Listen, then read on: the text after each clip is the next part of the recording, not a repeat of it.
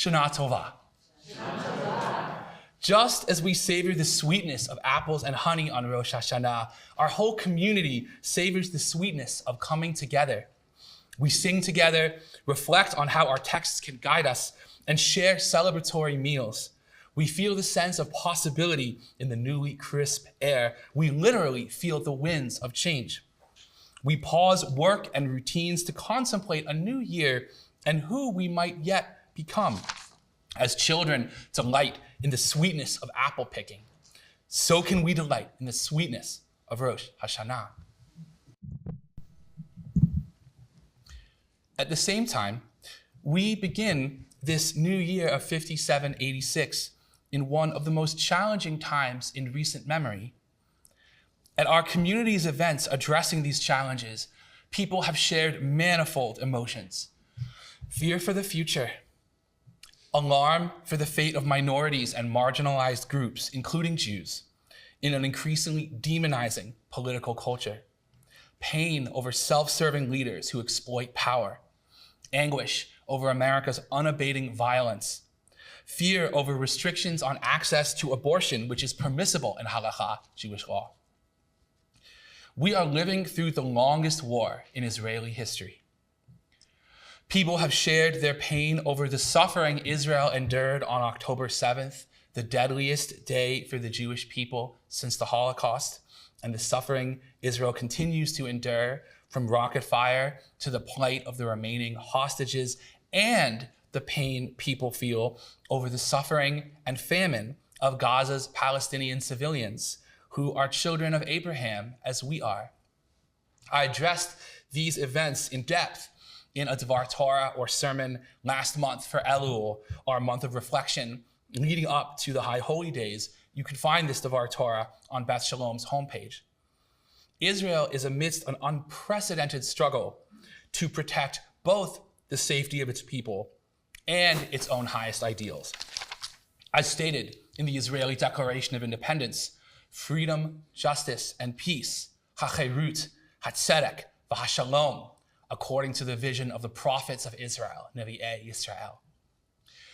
These are only a few of the profound concerns people have poured from their hearts this past year. We as a community will continue to explore these complex issues through Divrei Torah, discussions, and other events as we have done this past year. We as a community will also continue to find ways to act. You will soon receive announcements that during the holiday of Sukkot in 2 weeks, our Social Action Committee and our Climate Action Task Force will hold their first meetings of the new Jewish year. We thank our Social Action Head, Zach Harrison, and Climate Action Heads, Deb Allmeyer and Robin Skya Boss, and their predecessor, Mady Hirschland, who has tirelessly built interfaith relationships to address climate change together. This Rosh Hashanah, we will read the first chapter of Bereshit, Genesis, in the liberal service. Whether you are taking part in our liberal or traditional service today, this text is apt for the holiday when we say after the shofar, "Today the world is born, Hayom Haratz Olam." We can understand the creation story figuratively as a literary, spiritual vision, not of the origins of life physically, but rather of what matters most in life. Envisioning the creator of creation, too, can have many different figurative meanings for each of us. The source of life, the sum of all being, the summons of all ethics, all the potential yet to be, the presence of love amidst it all, among countless more. So let us return to this time-honored imagery and its wisdom for how to stay true to our values in these hard times. Persevere in working to remedy injustice and find healing, joy, and love. The text shows us 4 ways to do so. First, the harmonious nature of the text's language and images can guide us to a sense of healing. Bereshit chapter 1 is a prose poem. The phrase's rhythm is peaceful, steady, and incantory, like soft waves on a beach. The images of the cosmos are beautiful in their simplicity and pass gently one after the next. Reading this chapter is like looking up at the starry sky while hearing Shakespearean sonnets, imagining the origin of life. Here are the opening verses in the magisterial modern translation by Robert Alter of UC Berkeley. He uses the relatively rare English word welter, meaning a state of wild disorder, a chaotic mass or jumble. Here it is. When God began to create heaven and the earth then was welter and waste, and darkness over the deep, and God's breath hovering over the waters. God said, "Let there be light," and there was light. And God saw the light, that it was good, and God divided the light from the darkness. And God called the light day, and the darkness God called night. And it was evening, and it was morning, first day. Like a guided meditation, through the text's harmonious rhythm, we restore in ourselves a modicum of this divine harmony in our all too human world. In the imagery of primordial light, we feel a bit of this light shining on us. Amid this welter and waste, which in the original Hebrew is perfect onomatopoeia for chaos, tohu vavohu, God responds by sorting it out, separating light and dark, a heavenly place for everything and everything in its place. We feel a bit of this steadiness and peace. In the line, "And God saw the light that it was good," tov, we feel the warmth and safety of goodness itself. The Torah conveys its peaceful spirit to us through words, even when so much of the world is less than peaceful. God creates the cosmos through words. We too, through Jewish study, can taste the spirit of creation and the presence and inspiration of the Creator according to what this means for each of us. Jewish study does not pretend there are no troubles or storms in our world. Rather, it gives us a safe haven amid the storms, an experience of peace and delight that is just as real, and a source of replenishment for our spirits. Second, the creation story's haiku-like poem of how God creates humanity deeply affirms the worth of each human being. The poem says, "And God created the human in God's image. In the image of God, B'Tselem Elohim, God created him. Male and female, God created them." What does it mean to be created in the image of an intangible God? Rabbi Abraham Ibn Ezra, the brilliant Bible commentator of 12th century Muslim Spain, answered this question by citing the wisdom of Saadia Gaon of 10th century Babylon, illustrating the way each of us can inherit and engage with the figures before us in the eternal Jewish conversation. Saadia Gaon understood the image of God to mean the glory of the human being, kvod ha'adam, comes from God. Or we might say, there is a spark of the divine in each of us. To be created in the image of God, B'Tselem Elohim, means that we must treat each other with respect, support, and kindness as though we are before the divine presence itself. For our ancestors, the idea of B'Tselem Elohim was a fundamental shift from conventional hierarchies of power. The previous UK Chief Rabbi Jonathan Sacks observed, "In the first civilizations, Mesopotamia and ancient Egypt, certain people were said to be in the image of God. They were the kings of the Mesopotamian city-states and the pharaohs of Egypt. Nothing could have been more radical than to say that not just kings and rulers appear in God's image, we all do. Even today, the idea is daring." For a modern equivalent, imagine God saying, "I now create the human being in my divine majesty, and from now on, every human being is to be known as your majesty." In this vision of equality, no one is greater than the image of God, no matter their power or wealth, and no one is lesser than the image of God. Leaders, in turn, bear the responsibility of using their power not just for some, and certainly not for themselves, but for the good of all. This text calls as well for a profound departure from conventional hierarchies surrounding gender. Rabbi Tamara Khan Eskenazi, writing in 2008's The Torah, a Women's Commentary, highlights the phrase, male and female, God created them, and writes, this passage explicitly proclaims the co-creation of female and male in God's image. It establishes goodness and gender balance as the foundation.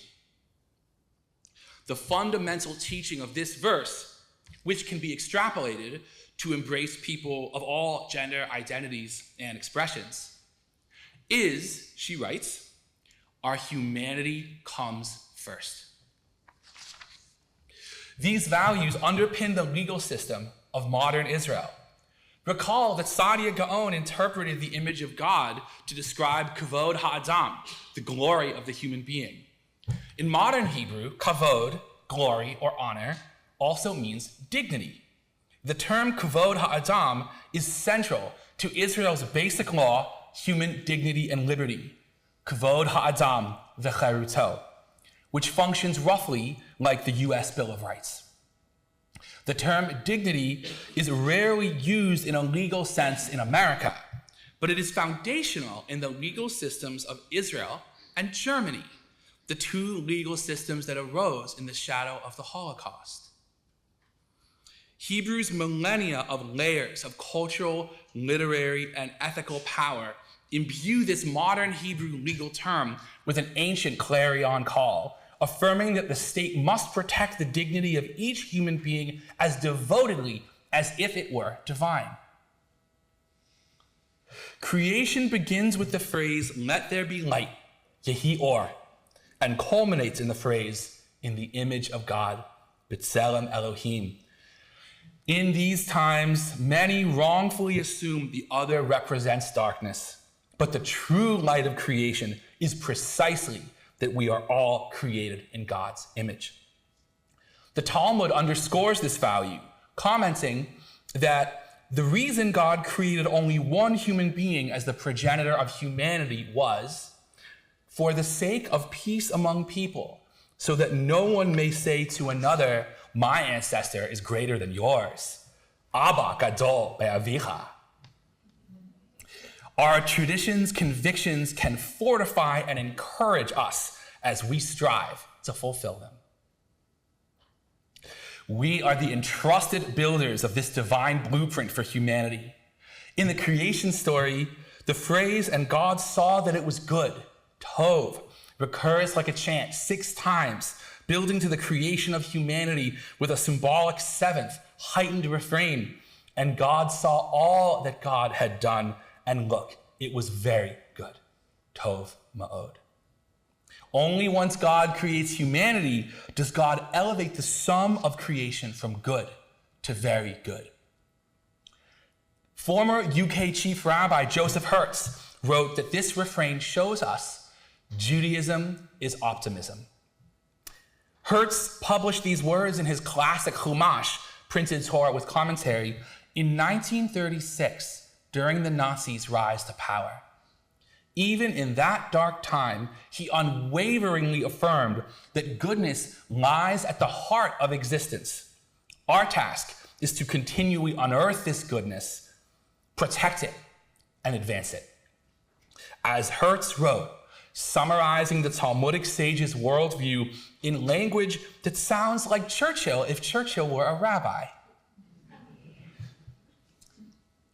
The work of creation continues, and the world is still in the process of creation as long as the conflict between good and evil remains undecided.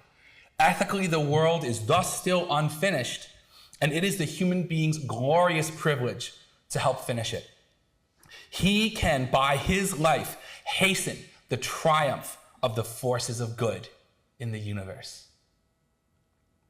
Hertz's words amid his time's challenges can uplift and reinvigorate us amid ours. Third, following the climactic creation of the human being in the image of God comes a second zenith with healing wisdom, the creation of Shabbat. The text's rhythm rises to a crescendo in the words we sing in the Vayachu, in the full-length Friday night Kiddush, Vayachu Hashamayim.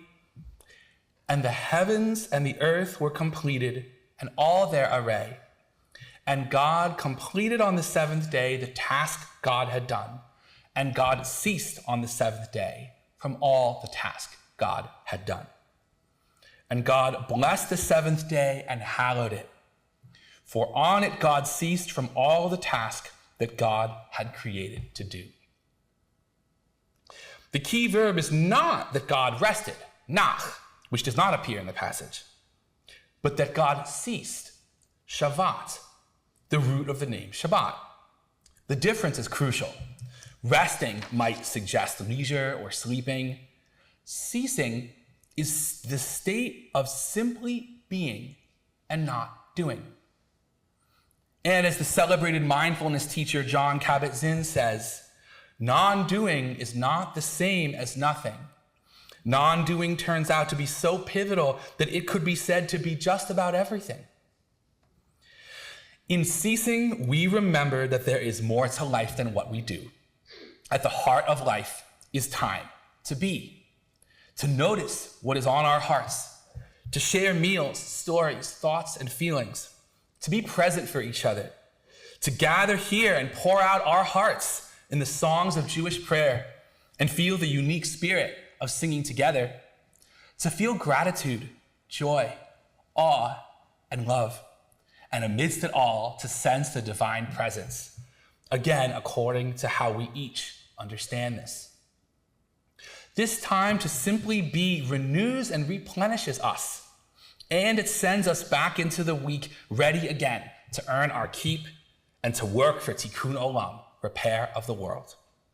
There are many ways to bring this vision into our lives, from Shabbat here at Beth Shalom and in our homes, to a walk in nature, to family meals around the table, including throughout the week.